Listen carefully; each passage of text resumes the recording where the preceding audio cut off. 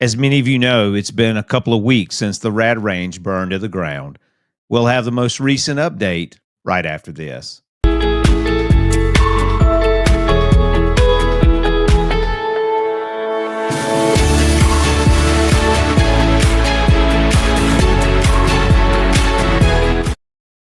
Well, hello and welcome to Alamance County Talks Politics. The other day, I went by the Rad Range, of course, what was left of it, and what I saw was greatly disheartening. And what I'm going to show you now is a video, the footage of what I took when I went there, and then we'll listen to see what Sheriff Terry Johnson said when he was interviewed by a local TV network. Here I am going to the Rad Range.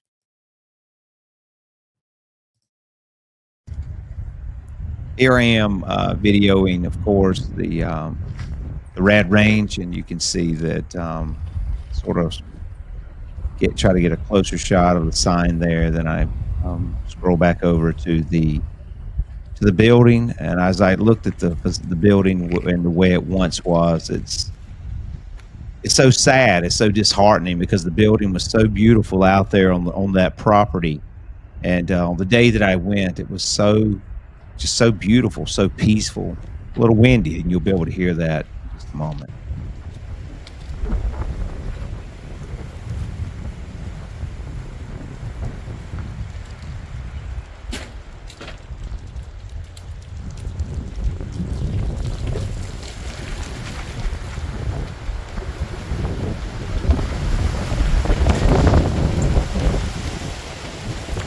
You can see through the windows there that there's nothing there.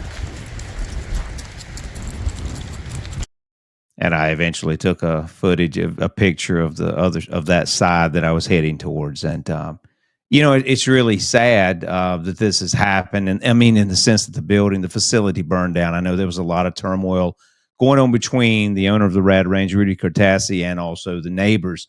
But I think this is Fox 8. They actually spoke with Sheriff Terry Johnson. He makes two comments that I want to sort of just focus on just for a second. I'll give you the most recent update that I've seen from Rudy, the owner of Rad Range, and we'll go from there. It was a large fire, and it happened real quick, which makes me a little suspicious. So there, Terry Johnson he's talking about the fires he's interviewed, and he said it happened really quick. He said, which makes it really suspicious. I assume he's maybe referring to the way it went up. It could have been an accelerant. I'm not sure exactly what he's implying, or maybe the building, the house was old. I'm not sure exactly what he's insinuating there. But obviously the building burned really quickly. And when something does burn quickly like that, I guess you assume there's potentially some type of accelerant there that would cause the building to burn in that manner. But listen to this part of the interview that he talks about the cameras that were on the Rad Range. It's very interesting because there was two cameras facing the building that just happened to be taken off the post at that point in time.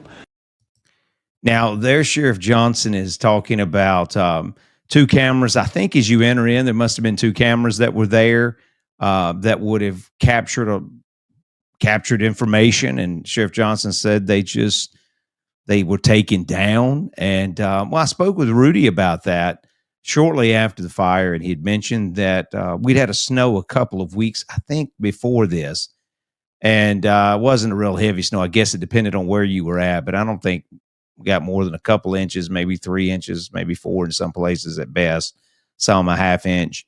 But I talked with Rudy, and he had said that something happened to the cameras.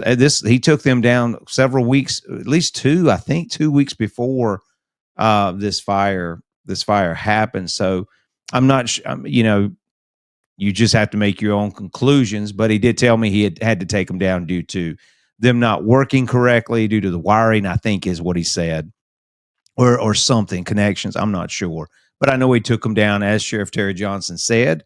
And so I don't know what you make of that. I know the SBI, of course, we all know that the SBI has been called in, and they're actually investigating it, even at up even now. I'm sure not now. This is at night, but I'm sure they're still looking at interviewing people, looking at the evidence, trying to see if there's anything that they can find that would give them a direction in which to go in to determine if this was intentionally set, if it just caught on fire, or what happened to the facility. But I have been looking a little bit about what Rudy has posted, and of course, one of the first things that Rudy posted once the building burned down was that the Rad Range was permanently closed. Of course, there was no way you could reopen.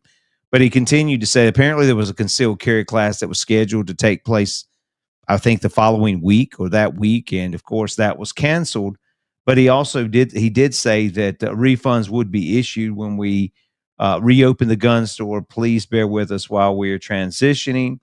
And then he's going to offer, he says, prorated membership refunds will be issued once we transition to our new gun store. Thank you for your patience while we transition to our new location. And he said they will announce the new location once they have it. And of course, he's thankful, he's appreciative, and says thank you to all those who supported him or who actually used the gun range. So I'm not sure exactly if he's found a new location for the gun store.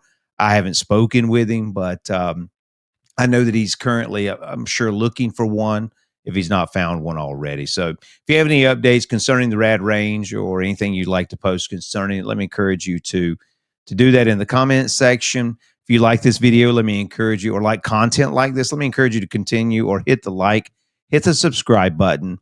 And until next time, take care.